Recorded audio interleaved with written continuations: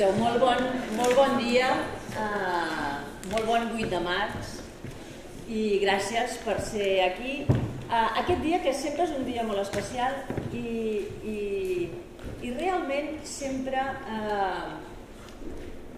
tothom espera que els parlaments, les activitats, els enfocs siguin extremadament combatius i avui el que fem aquest dematí és normalitzar aquesta perspectiva de gènere que tantes vegades hem reclamat a tot el que fem, normalitzant-ho, convidant una dels nostres, la directora del Royal Northern College of Music of Manchester, és a dir, és la directora del centre homòleg que nosaltres a Manchester, la Linda Merrick, amb la seva cap d'administració, la Sònia Bulgin, que estan aquests dies visitant-nos a l'escola i veient com fem les coses semblants o les coses diferents.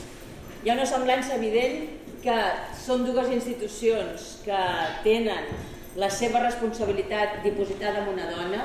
En els centres artístics superiors això no és tan freqüent com voldríem, malgrat tots veu veure en l'Aliança Universitària Europea que els 8 centres que formem part tenen 8 directores, és a dir, que aquesta també és una singularitat d'aquesta aliança, perquè tant Helsinki com Oslo, com l'Haia, com París, com Viena, Bucarest, Belgrad i Barcelona estan dirigides per dones.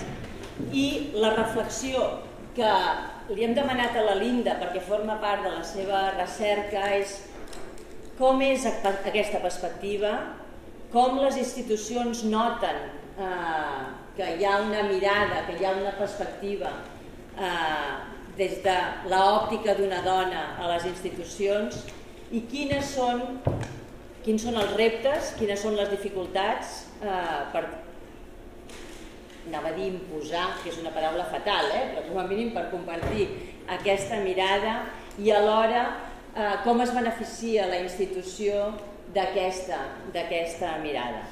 Us agraeixo moltíssim que esteu aquí. Sempre fa molta por que amb la munió d'activitats i responsabilitats que teniu, professorat i alumnat, estigueu fent en aquestes ruptures del nostre plan setmanal una altra cosa, és a dir, que us agraeixo que hagueu vingut aquí, i no només ara al matí per escoltar la Linda Merrick, sinó a la resta del dia, perquè ja veieu que el gruix del col·lectiu feminista no està a la sala, perquè estan arremangadíssimes al Fort Pienc preparant tota l'activitat que tindrà lloc aquesta tarda. És a dir, que si aquí hi ha alguna part de les organitzadores, doncs agrair tota la feina que heu fet, perquè aquests són passos per anar normalitzant la situació. Parlàvem fa un moment amb l'Anna Costal i deia, sí, és molt important el 8 de març, però és molt important que durant la resta de l'any aquesta perspectiva la continuem tenint i totes les reclamacions i totes les conquestes que les dones hem fet en els darrers anys siguin cada dia una conquesta. Està molt bé, Mariona. Passa. Doncs us deia, parlarà la Linda Merrick, la directora de Manchester, i després de la intervenció podem tenir un torn de paraules.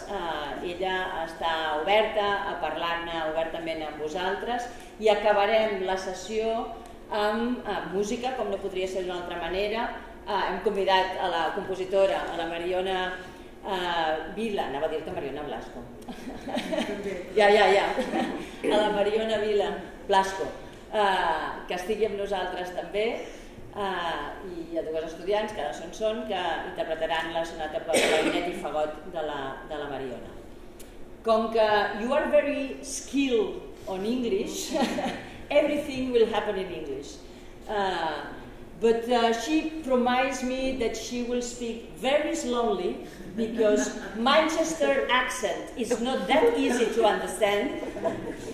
But Linda will speak slowly, and anything you don't understand, just ask, because she's a very friendly, open and collaborative person that will help us to think on this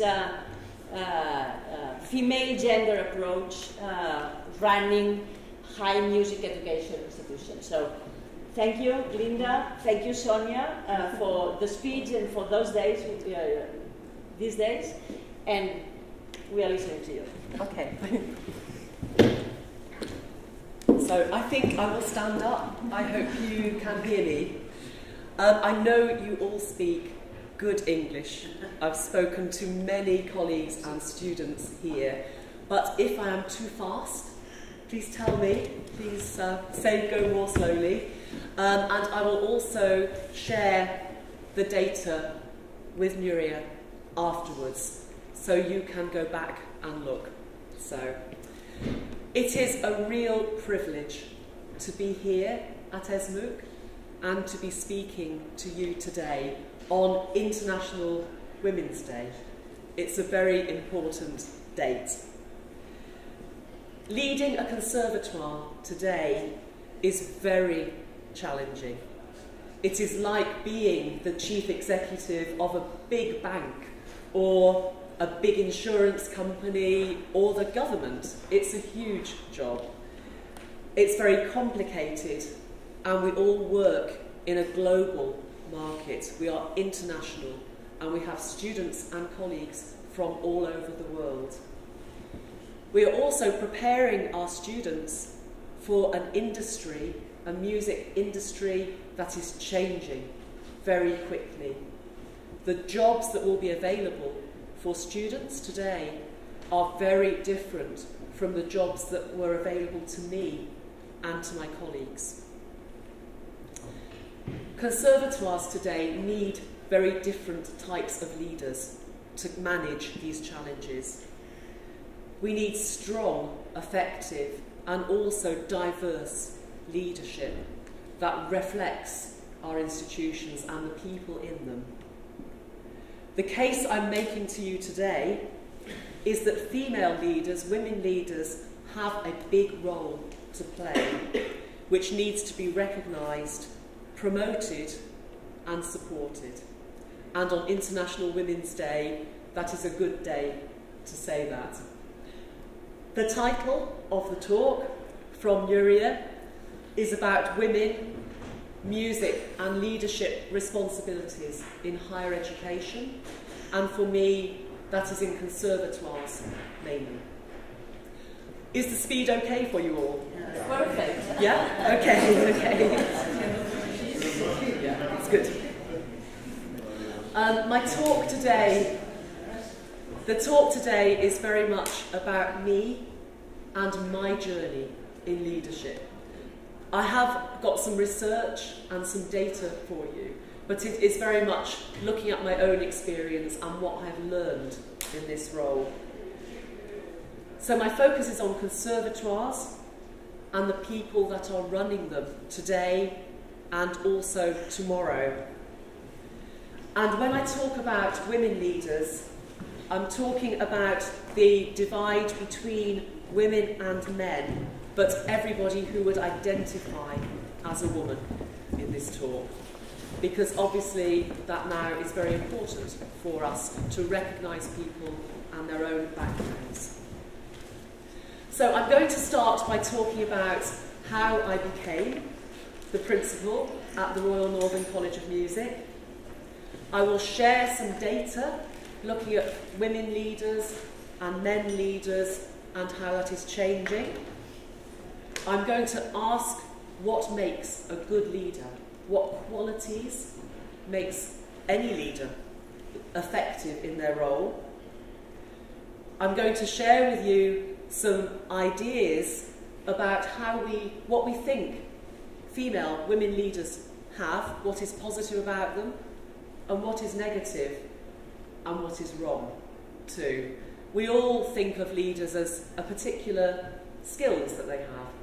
So I'm going to share some research with you about that.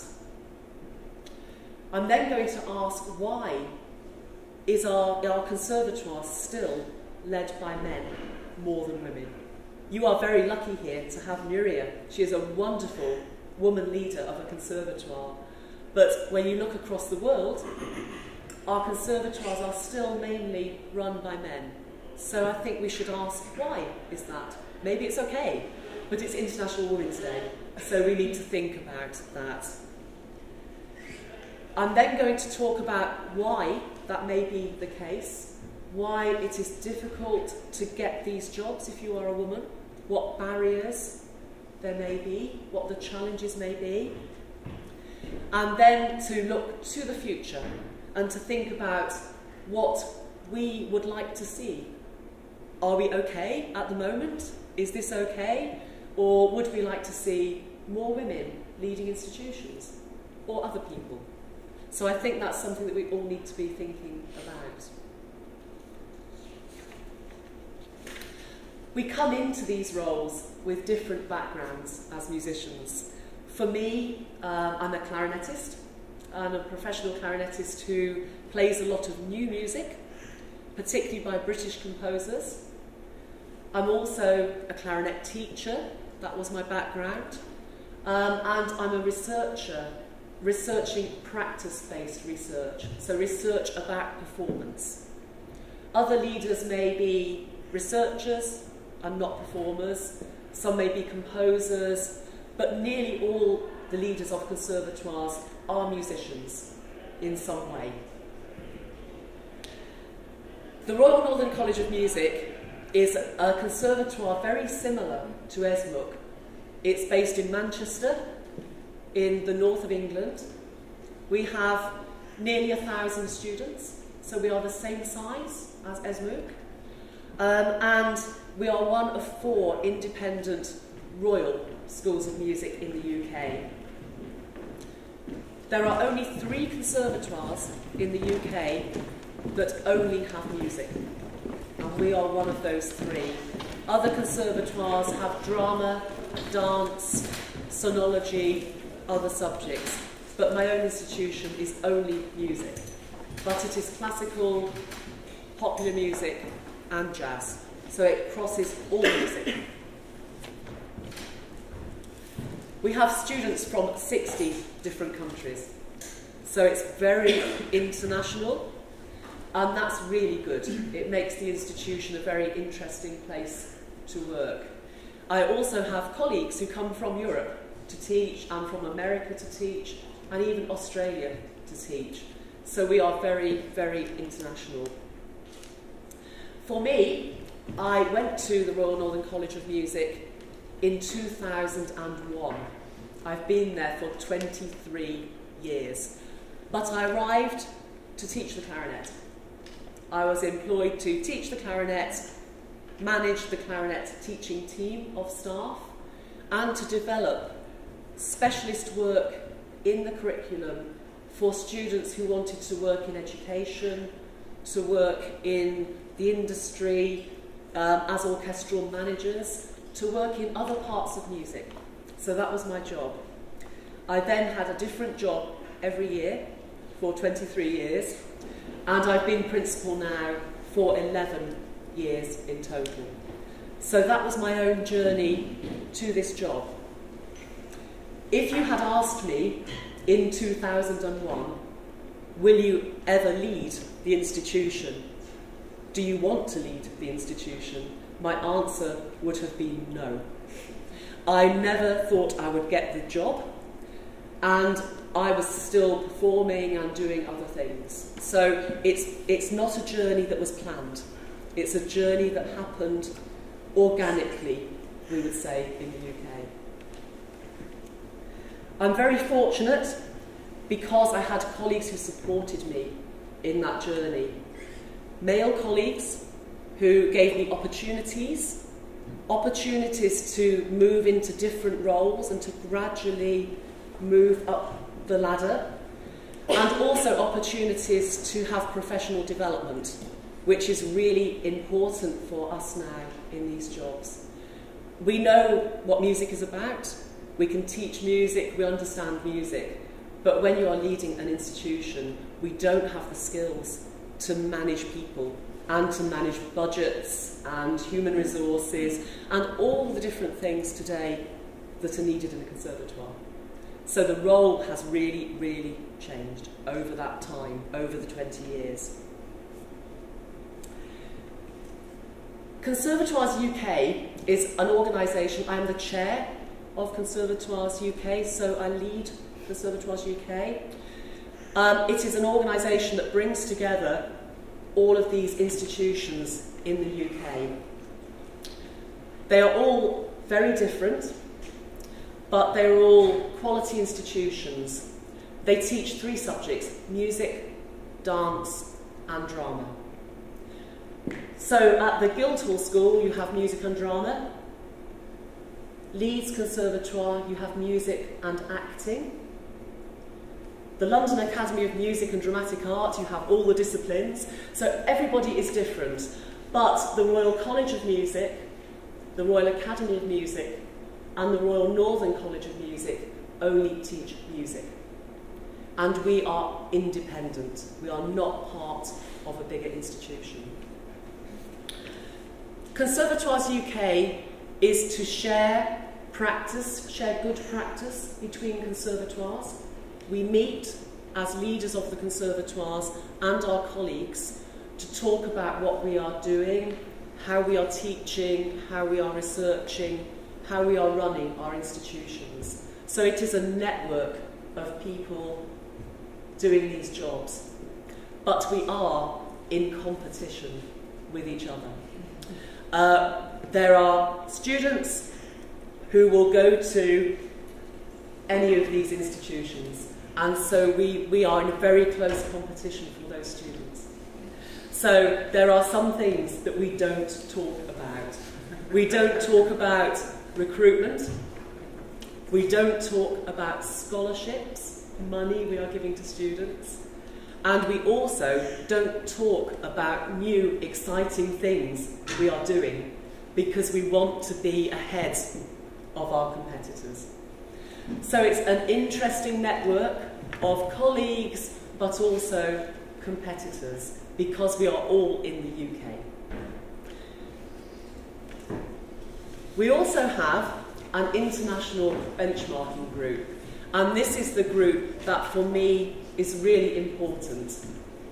ESMUC is here.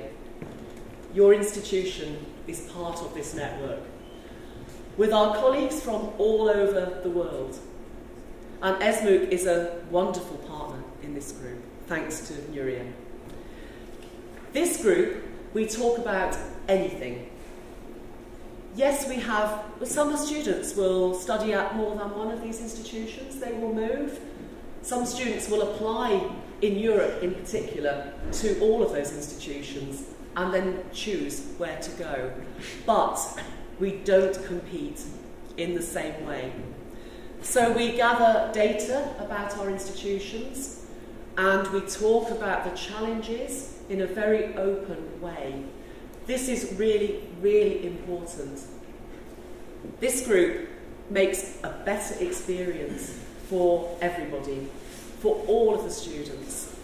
And some of you may remember 2 years ago, we all came together with students from all of these institutions. They all came to Manchester and we gave a performance together. Sonia, can you just go back? Because this photograph, this is students. You have some friends there. These are the students who came to Manchester from all of those institutions to perform together and to meet each other and to talk. And our colleagues were all there. We had meetings too. And you can see how happy everyone is. It was a very, very special concert with all of our students together from all those countries. So, we move on to some data now. So looking at the world's top 200 universities, these are the percentage of women leaders. So you can see that in 2018, 17%, then 19%, 20%, 21%. This year, it is 25%. It's very slow. And it's very small number of women leaders in 200 institutions. So I think that's really interesting that the change is very, very gradual. When you look at the UK, the top 200 universities in the UK, in 2019, 29% of the leaders were women. In 2023, it is 24%. So it is going in the other direction. And that we are having more men leading universities in the UK each year. So I think that's really interesting looking at the world and looking at the UK. For Conservatoires UK, thank you Sonia, this is very interesting for me. This is my sector. So 1975, every conservatoire in the UK was led by a man. That was typical all over the world. In 2024, these figures, oh yeah, okay. So 2024, today, we have 3 women and 8 men. It's still very dominated by male leaders in the UK. Between 2014 to 2024, only 2 women leaders. 1824 to 2024, one institution is 200 years old, never had a woman leader in that time. Isn't that interesting? And also for women leaders, only 2 have been in their position for more than 10 years. So the women leaders who have been in this sector have only been in their job for maybe 4 years, 3-4 years, only 2 of us for more than 10. So yeah, very interesting. In Conservatoires UK, you can see the change. 2012, 2 women and 9 men. Today, 7 women and 2 men. And for me, that means that it's different in different parts of the world, but it's still very slow, the change. Okay. So what makes a great leader, whether they're a man or a woman? These are the things that if you read about leadership, you will see. Vision, passion and commitment, a vision for the institution and a real commitment to make it the best institution in the world. That's what we all share. Ambition.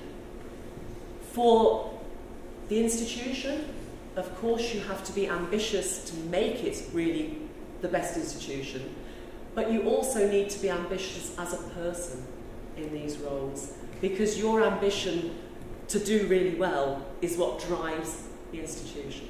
So that's a positive trait.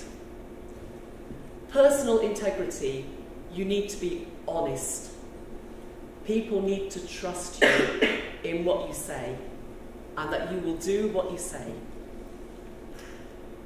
Resilience, you need to be strong. The job is difficult, there are very bad times, very hard times, and you need to be able to move through those and see the future. Nuria and I have discussed these 3 days some of the difficult things that we have to do in our jobs. We can't discuss that with other people in the institution sometimes. And these are really, really difficult things, and we are on our own. So you need to be resilient to be able to manage that. And you need to be positive so you know that it will be better in the future. You maybe have a problem with finance, you don't have enough money, but you have to be confident that it will get better, you will get more money, you will find a solution. So confidence and positivity, I think, come together here. You need to make decisions. You need to say to people, we are doing this. You need to be decisive. You need to be creative. musicians are good at being creative, that's what we are trained to do, to find alternatives, to find options, and to find other ways to do things. And you need to be good with people. You need to be able to meet people, talk to people, be happy with big groups of people. That company is really, really important. You're selling your institution. You are marketing your institution.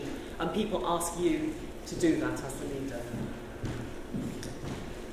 So these are what I call the main skills, the hard skills. Every leader needs these. You then have skills which are softer skills, more about people. Being kind, having empathy, understanding when people are struggling. Helping them when they are unwell, when they have issues with their family, things that they need support with. You need to accept you are not always right as a leader. Your colleagues may be right, the students may be right, you may be wrong. And you need to be able to say, okay, I'm wrong, we will do what you would like to do. That's really important. I think today for students too. Students are talking more about their experience to us, about what they would like to do, and we need to accept that. You need to listen to people. It's simple, but you do need to listen to what people are saying. Listen really hard. You need to work with a team. Musicians are good at that. You need to be collaborative to work with a team. You need to be flexible, so you can say, okay, we'll do this differently. That's okay. And I think it's very important, you need to be able to look at your colleagues and find younger colleagues who you think have potential and to find a way to support them so they can become you. The people who you can see in 10 years could lead an institution. It's our job to find them and to support them in the institution. These are things that every leader will recognise, and I will leave you to just read them.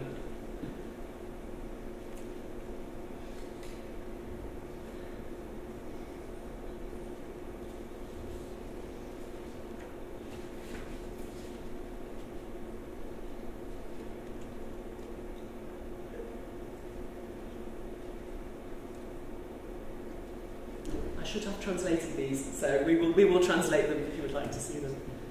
The final one was during COVID, and my chairman, who is my boss, I was talking about colleagues finding it very difficult during the pandemic, and some colleagues really very distressed, very upset, very pressured, really struggling. And he said to me, you need to look for the colleagues who seem to be okay. They are the ones that may well be finding this most difficult. It's really important.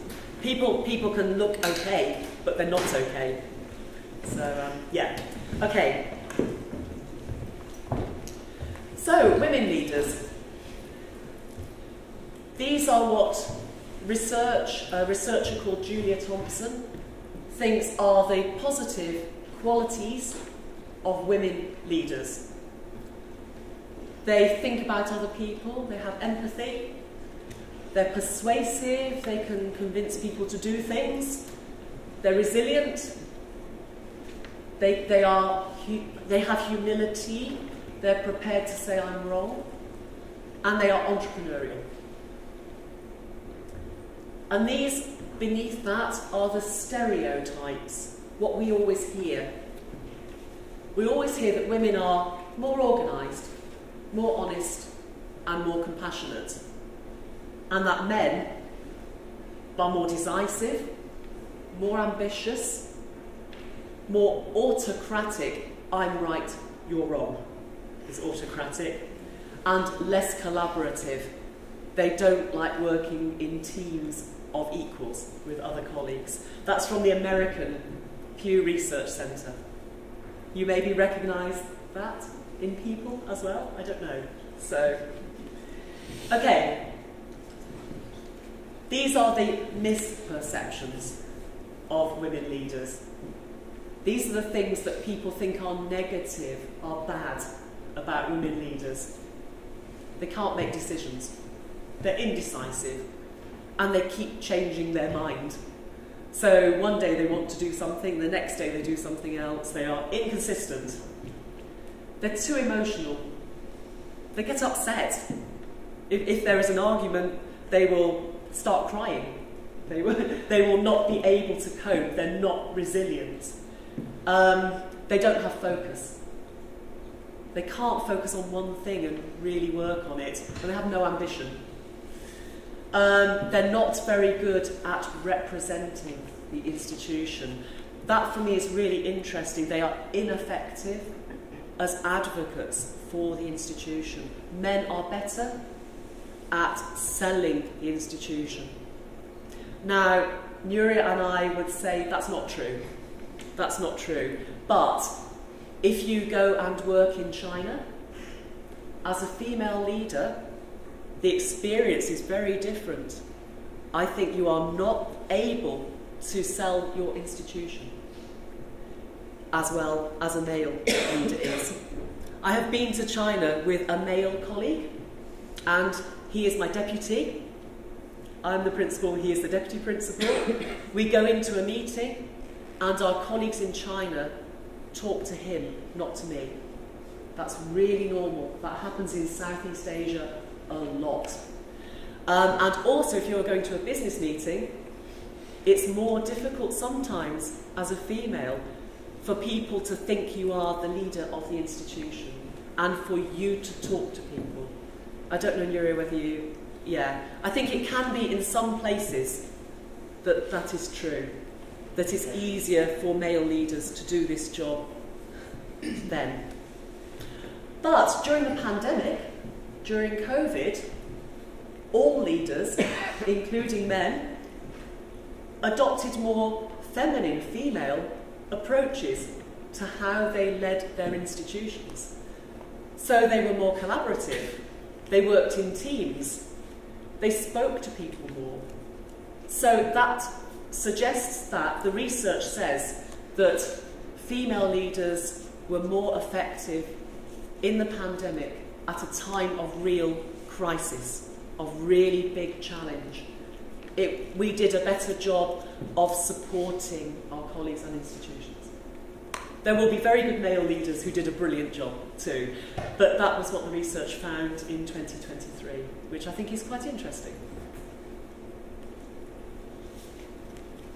Okay, why are there so few women leaders? You have seen the data. We are still the minority. So these are some of the reasons. Lack of role models. If there are no other female leaders, then you don't think I can be one. In the UK, we say you need to be able to see it, to be it. So Nuria and I think, have a responsibility to encourage other women to think they can do this job and to support them. For women leaders, you have families, children, you take a break in your career, and it can be difficult when you come back to keep moving up. You come back and you are going here, you stop, and then you go there, you don't go up. So the career breaks are difficult. You may follow your partner to another part of the world for their job, because they may be earning more money, or you may feel you need to do that.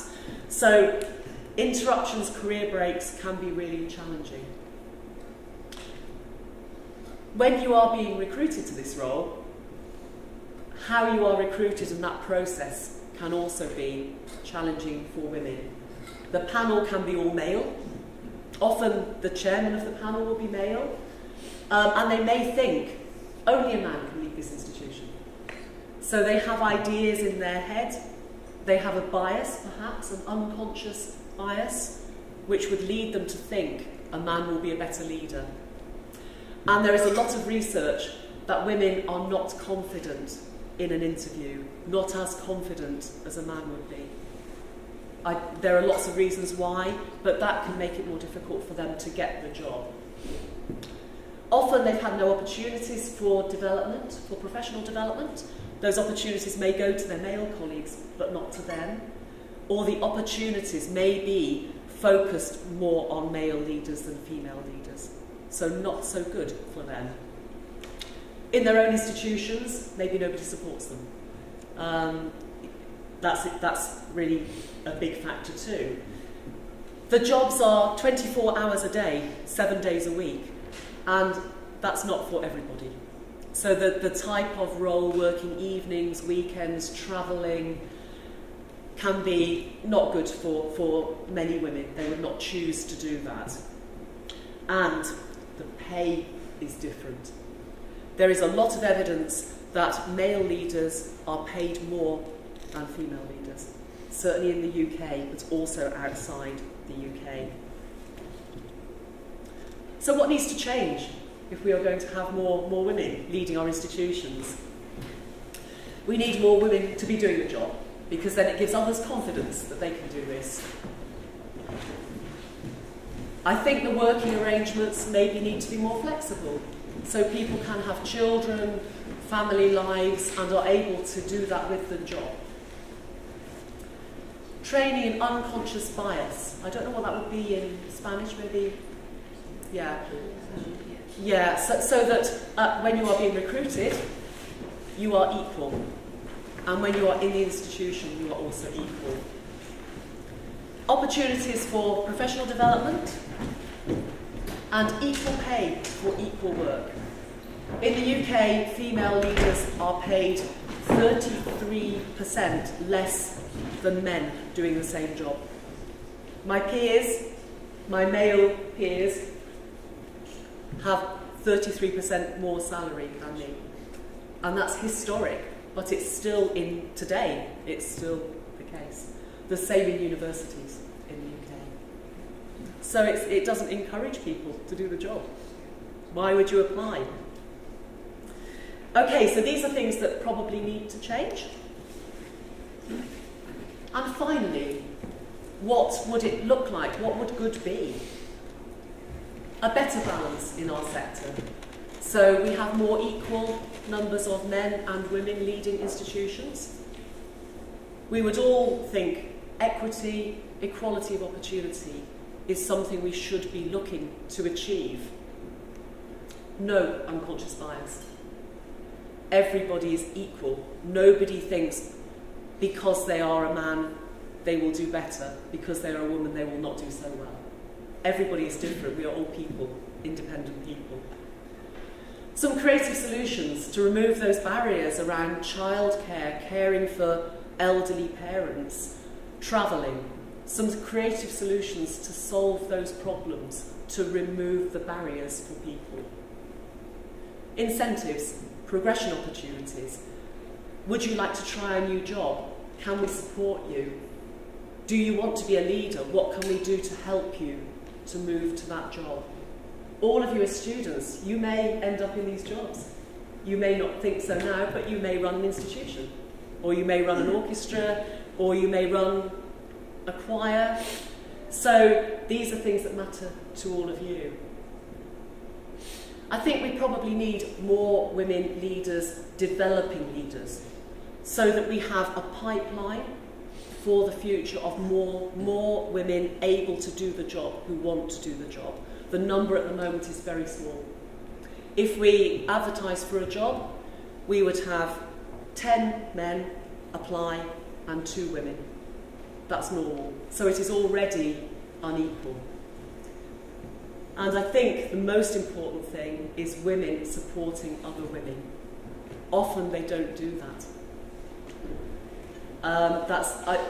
It's very complicated why, but they don't want to see other women moving into their job. It's about competition, I think. But we need to be able to say no to that, and for women to find other women who are younger, who are really talented, and give them the opportunity to succeed. So, that's the end of the talk. So I hope you maybe have some questions or some thoughts. I hope it was not too fast for you. So.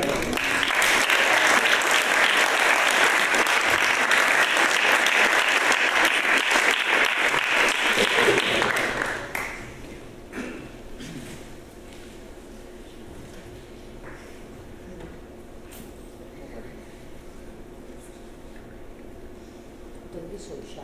No?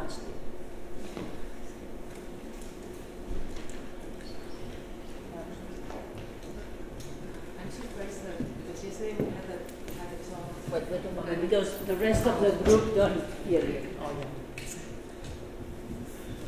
yeah. Yesterday we had a talk and you were explaining us that you have a quota for recruiting people, so that's why you have a balance between men and women among professors. And now I'm surprised that you were saying that the men leaders have a better salary. Is that not regulated, or how that's happening?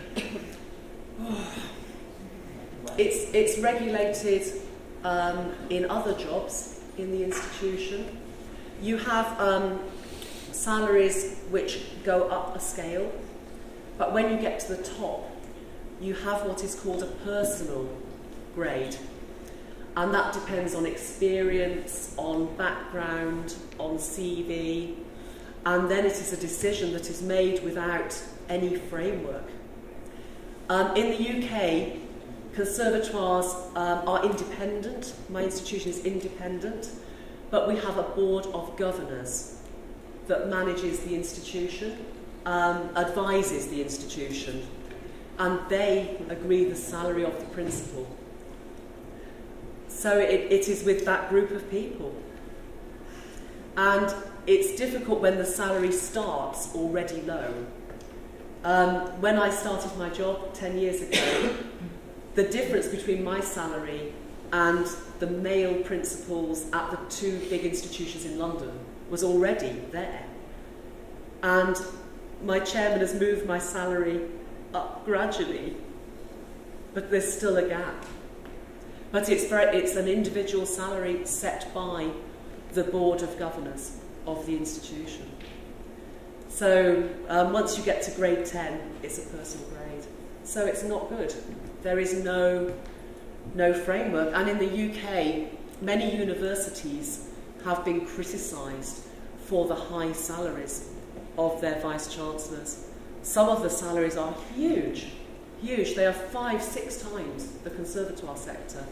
And so the media, the papers, are criticising that because it's money from people, it's public money. But there's no control. So to appoint somebody good, they say, we want you to come here, we will offer you a huge salary. And the people say, I won't come unless it's more. It's free. It's very difficult. And maybe the criteria to raise the salary, maybe there is a bias there. That what are the reasons why you have more or less salary? Yeah, I think there's a bias and there's a historic place where it starts, which takes many years to change. Yeah, there is bias. And often when you apply for a job as a female leader, you already are on a lower salary. So you arrive and you say, I'm currently, my current job, I'm being paid 100,000 euros. And so they say, well, if we give you 120, will you come? If you arrive as a man and you're already being paid 200,000, they say, if we offer you 2,500, will you come? So it starts from there. They're not going to say, okay, you're on 100,000, we will now offer you 200,000. It's all relative. It will take a very long time, and probably a change in the law to change that. Because it's competitive recruiting people. To get good people, institutions need to pay them a good salary. Otherwise, they will go somewhere else. So it's not a very fair system. It's a good question, very good question.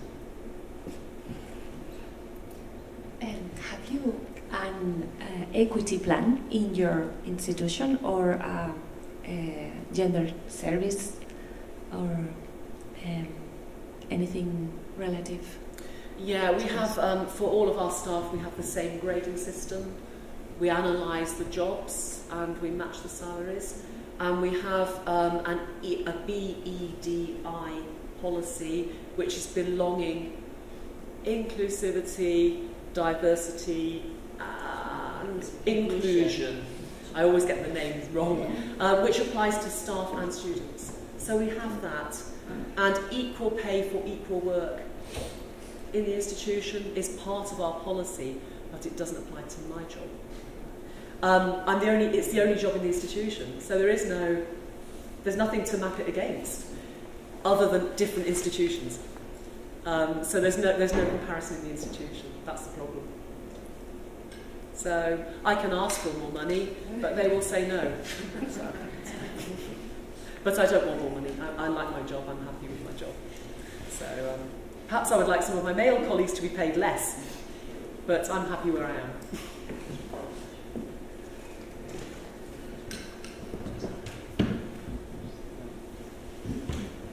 It's about qualities in leadership. So we've talked about how competition is so real in this world, right? But to what extent is it healthy? Like, as women, we need to be competitive because we need to grow, and we're constantly in a kind of a competition. But which amount of being competitive is healthy enough or is right in this world? Yeah, that's a really good question. Competition is often really bad, I think. But we have competition everywhere, and when we apply for a job, we're competing. As musicians, we're constantly competing for work. There's less work and more musicians the whole time. I think it can destroy the person. I think it can be really bad. Personally, I think you need to be good at what you do and confident in what you do. And if that isn't enough, then the job goes to somebody else. I've seen being too competitive really make people very unhappy, really destroy their lives. So I would like to think that if women leaders are really good at what they do, that will be recognised and that will be enough. It shouldn't be, I'm going to push that person out of the way. You know, I'm going to compete with them and push them to one side. It's about doing a really good job and having other people like you doing a really good job too. And I think that's probably the better way to deal with it. It's really difficult. We deal with competition between colleagues in our institutions the whole time, and it's not how we want to work. I think as musicians, we want to work in a team. We want to collaborate, and we like to make decisions as a group rather than individually. But sometimes colleagues will compete with each other to do things, and you have to try and make that a positive competition that ends up with a good result for the institution. Exactly, a healthy one. Yeah, a healthy competition is okay. Unhealthy competition is terrible. Mm-hmm. Yeah. Okay, thank